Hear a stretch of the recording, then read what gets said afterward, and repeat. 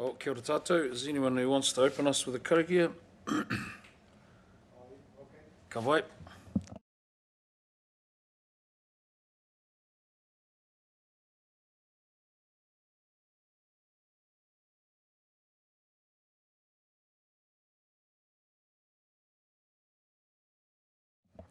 Mi ana ki a koe te tuakana. I whakarite ai tō tātou nei hui. Just some the usual housekeeping, of health and safety. If there's an alarm, we make our way out the doors and I guess out to the road on Devonport Road. This is being live streamed and the video will be publicly available, and obviously, you know, the usual story about speaking into the microphone and mobile phones being off. I run my own personal fine system for mobile phones. So firstly, so we've got, I think, one apology from Rod for lateness. Are there any other apologies? I haven't heard from Des or any. No? Okay. So Councillor Currick is moved for the apology for Rod Taylor. Is there a seconder? Yep, with Councillor Schuler. All those in favour? All right. Passed. There's no public forum, nor is there accept any late items or any confidential business to be moved into the open. I assume there's no change to the order of business, so we can move into the minutes. And we have the minutes of 18 July in the pack. Are there any comments or any additions?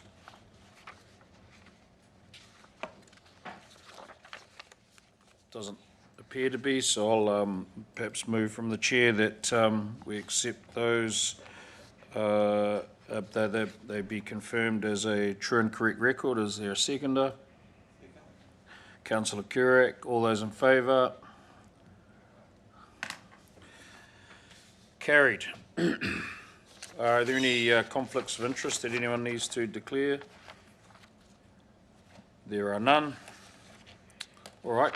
Wastewater activity report. Kia ora, everybody.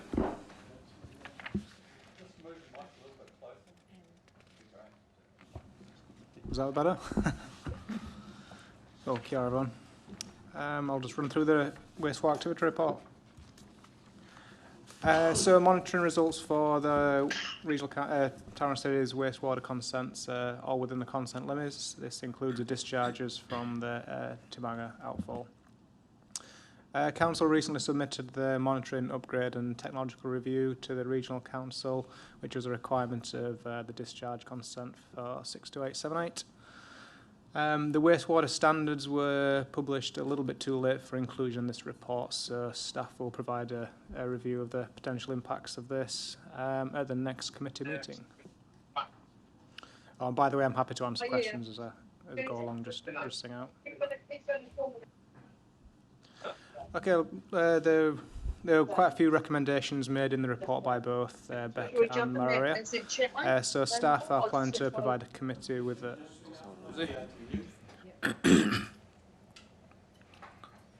Claudia, would you be able to mute your microphone, please?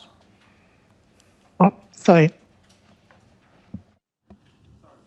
Oh, good. No. This one, the recommendations? Yeah. So there were quite a few recommendations made in the MUTA report by both Becca and Maria. So staff are planning to provide the committee with a draft response at the next committee meeting. However, some of the general themes that came up include the additional monitoring that could be provided by the implementation of a kaitaki monitoring plan. So staff are open to seeing what a draft plan could look like, and we're available to work with Tangata Whenua on progressing a draft for review. That the wastewater programme business case continues with Tangata Whenua involvement, include options for the future use of Pond 1. Again, staff are currently reviewing a draft report on progress to date. And finally, queries to the Bay of Plenty Regional Council regarding effective monitoring of conditions and potential to include further monitoring or limits and or further reporting to the Wastewater Management Review Committee. So in general, staff are happy to review whether potential changes to current monitoring are practical and provide value and provide additional reporting if required. These changes don't require any consent variations to implement either. Jim, can I just ask a question there? Just in terms of who does the kaitiaki monitoring plan or who produces it, or is that a question to answer? Yeah, so as part of the scope that we agreed for the muta, a draft plan essentially was included in that scope. So Tarang Marie, although she's extremely busy, I believe, we'll work with her to come up with that and bring that to the committee. I don't know if Laura has anything she wants to say on that, but it is part of the scope that's already been agreed. So,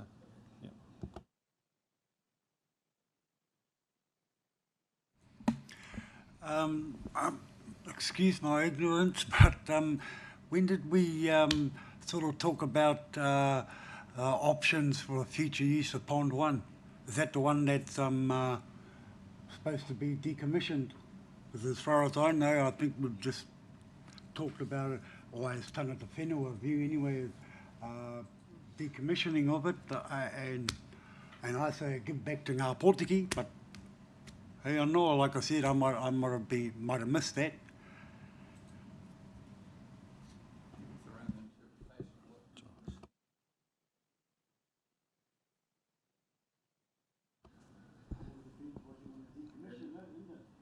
So, Fidi, that's included in that slide because it's a request, it's a recommendation from the muta. So one of the recommendations that was put through was around discussing the future use. The reason that term is used is because one of the consents talks about one of the functions of the review committee being decisions on the future use of that pond.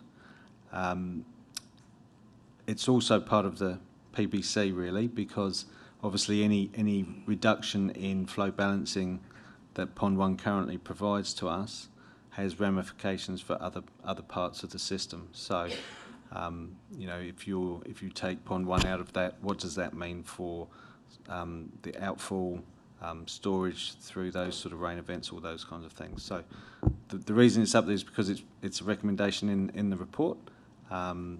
But yes, it's also included in the consents for Tamanga, and is obviously a major part of what might come out of the PBC and those long list options.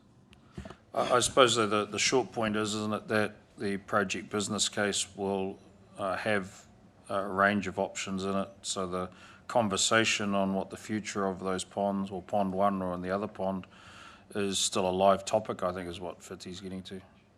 Okay, so it is a live topic. Fiti, they were just, they just indicated that the issue of decommissioning and the future of Pond 1 and possibly 2 are still live topics. So that the wording's not intended to mean that any final or even final recommendations or decisions have been made one way or the other, I think is what's been indicated. Yep. Just for the record though, 25, 26 years ago, I asked that exactly the same question, bro, and asked you guys 3 times, are you sure we can decommission that pond? Because my lateral thinking was thinking that we're getting in more crap, so we would have needed it, but your guys, consultants at the time advised you that no, it's all good to go. And now we're at this stage. That's all. I'm just putting that down as a record.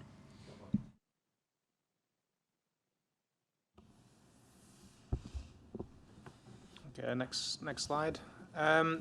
So since a previous, this is wastewater overflows, by the way. So since a previous committee meeting, we've had 82 blockages that have been notified through to council. 71 of those were contained to land.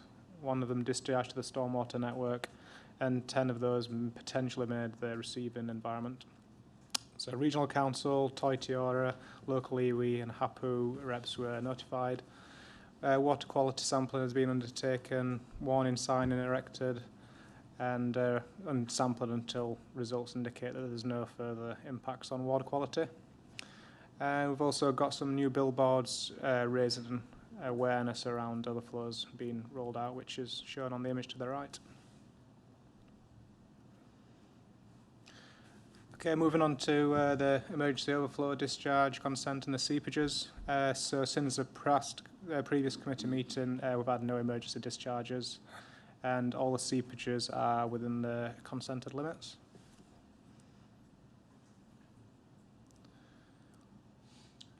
Do you want to mainly just explain that picture, that graph on the other side? Oh, this? Yes, just for your information, this shows the current seepage rates. So we've got the consent limits on there as well. So it's showing that, yeah, we're well under the consent limits for the seepages.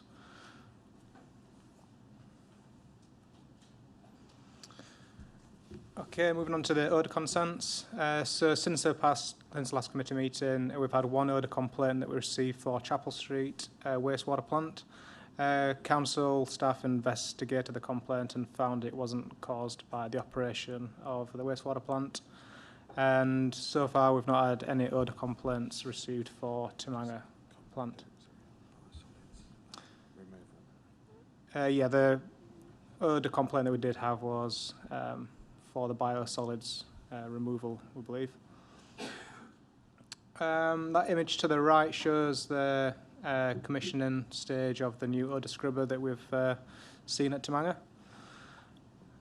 So this has enabled quite a significant reduction in the footprint to free up space for the new inlet works, which is planned to go ahead.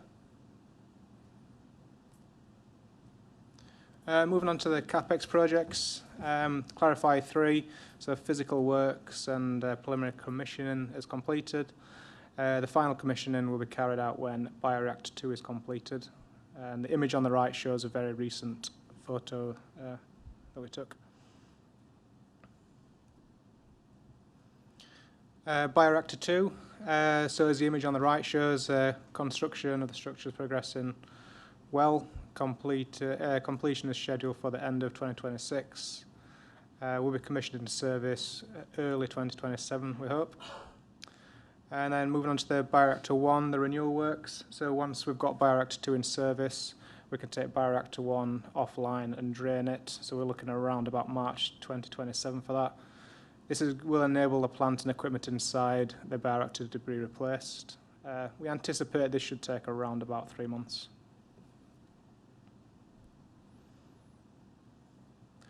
Moving on to the new inlet works.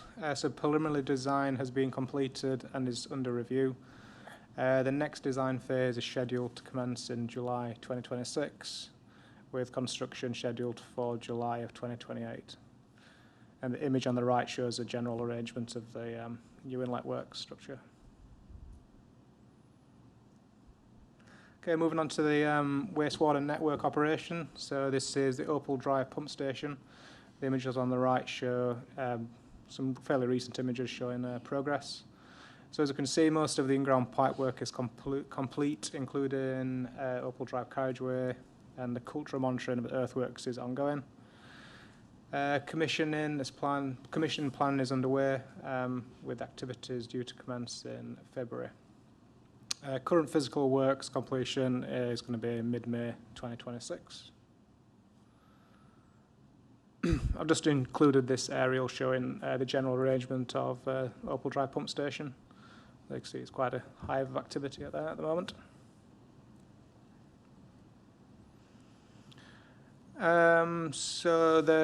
Again, we're on a network operation, so this is a Wairaki pump station, which is just shown on the right there. So the design is complete. Physical works are currently being priced by the contractor. Regional Council consent is currently on hold pending engagement between Council, TCC and Apodaki. Commencement date for physical works at the pump station hasn't been confirmed yet. Okay, moving on to the renewals programme. Significant relining works continue across the city through this financial year and into financial year 27. Relining is an efficient, cost-effective solution, extends the life of the assets and minimises community disruption. Recent digging and relay works include Historic Village, 3rd Ave and 7th Avenue. Reactive maintenance activities have also been carried out across a wider network to address urgent issues as well as maintain service continuity. The image on the right shows you pre and post relining and what that looks like. EMEF, since a previous committee meeting, there's been no changes. Staff are available to support Tangta Whenua members when they choose to progress a guideline review, and current fund balance remains around the same. Moving on to the programme business case, staff have received a draft wastewater programme business case report. This includes a full strategic case and economic case, up to and including identification and completion of a long list of programme options. Recent amendments to the report include the use of the 2025 data, updates reflecting sector and stakeholder changes, and an overview of the completed studies and outcomes. Staff are currently undertaking a review of the draft document and intend to provide an update on the PBC to the new GM of the infrastructure and ops over the coming weeks. This will enable a decision making on timing and the scope and the future of the PBC programme. And that's a wrap. All right, see if there's any questions. I've got a couple, but I'll pause there. Thanks, gents. Just on the early bit, I should have 82 blockages. That's just business as usual, I assume? Is there any alarms there? But just another question out of general interest is: are there parts of town that are sort of recidivist areas where blockages occur that a different form of education is required, or is it, in your guys' experience, just across the city, it's pretty random? We've seen we've seen a small increase in overflows year on year. That 82, the number of 82 isn't too much of a surprise. To answer your question around other problem areas in the city, there's one or two areas that are. When we identify an area that's an issue, we go and have a look. Yeah. Sorry, I was just going to add to that. So there's a number of reasons why you might get an overflow. If we've identified that there's something essentially with the pipework that's creating an area where fats can build up. We tend to put those on a schedule of flushing to try and reduce the amount of blockages we're getting there. Or if we've found through CCTV that there's a dip in the line for some reason, someone's built something over the top of it and it's just caused some subsidence, and that allows us to sort of monitor that situation. There are other parts of the network where we're seeing the same sort of build-up of fats on a semi-regular basis, and that's where we're sort of targeting our community leaflet drops and talking to residents.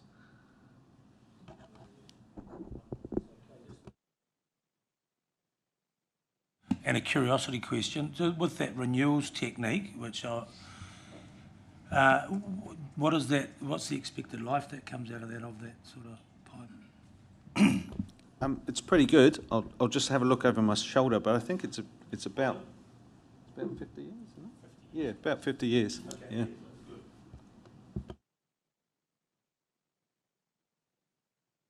Yeah.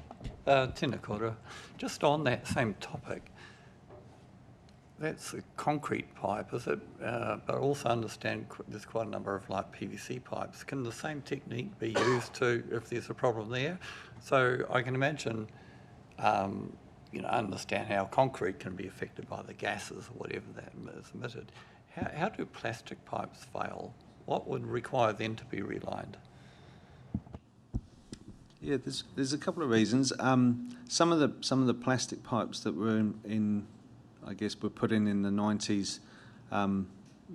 The plastic themselves were not ideal for what they're being used for, and so the life expectancy of them isn't what they originally was on the packet.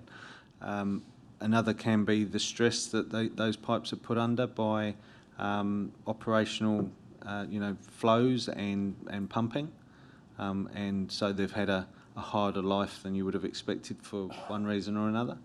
But generally, it's the concrete pipes that we're lining, rather than the later plastic ones that are put in. So just following on that, so the plastic ones fail by, would it be little tiny cracks, or what happens to the plastic? They can crack. You can even have where it's the way they've been joined when they were put in the ground wasn't maybe necessarily the way they were supposed to, and so that creates pressure points where you wouldn't expect them to, and so they crack or shard, if you know what I mean by sharding. Yeah.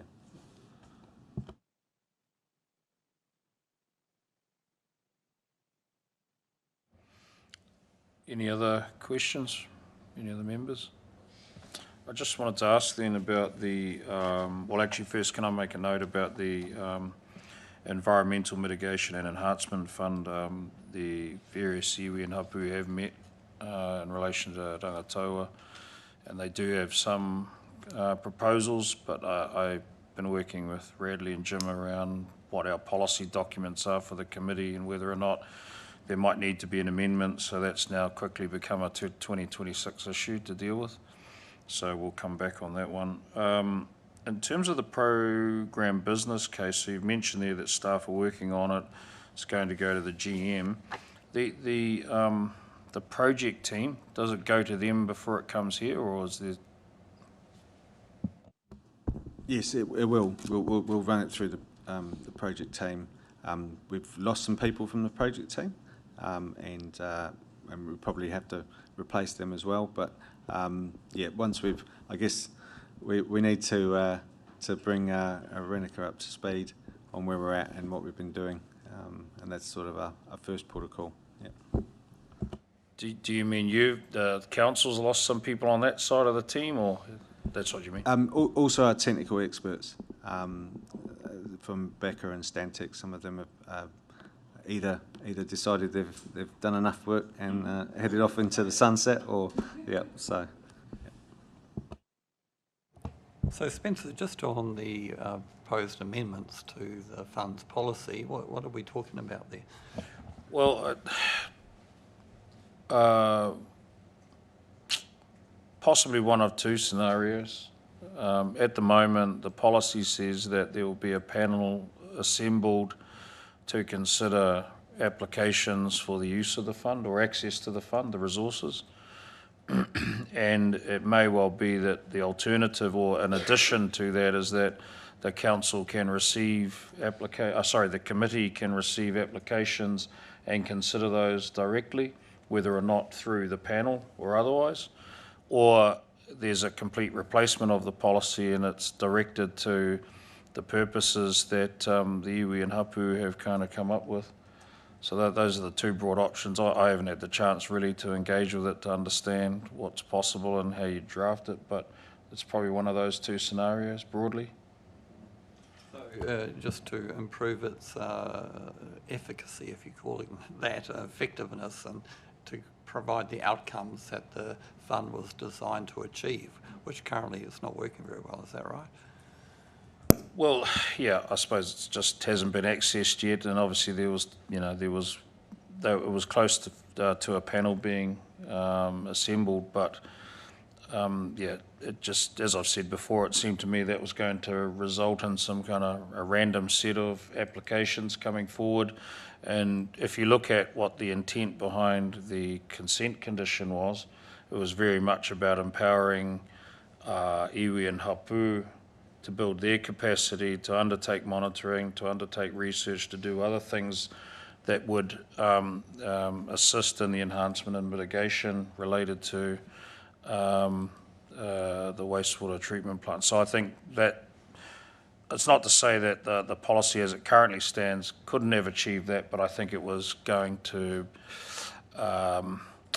it certainly wouldn't have necessarily resulted in some of those outcomes being achieved, and you kind of risk just having this scattergun random approach to the measures that you might employ to try and achieve those outcomes, whereas I think here what we're saying is let's be more direct, more targeted in terms of the outcomes, so it's a deliberate deployment of the funds rather than just this kind of take all applications and sort of spread the money around for a range of interests.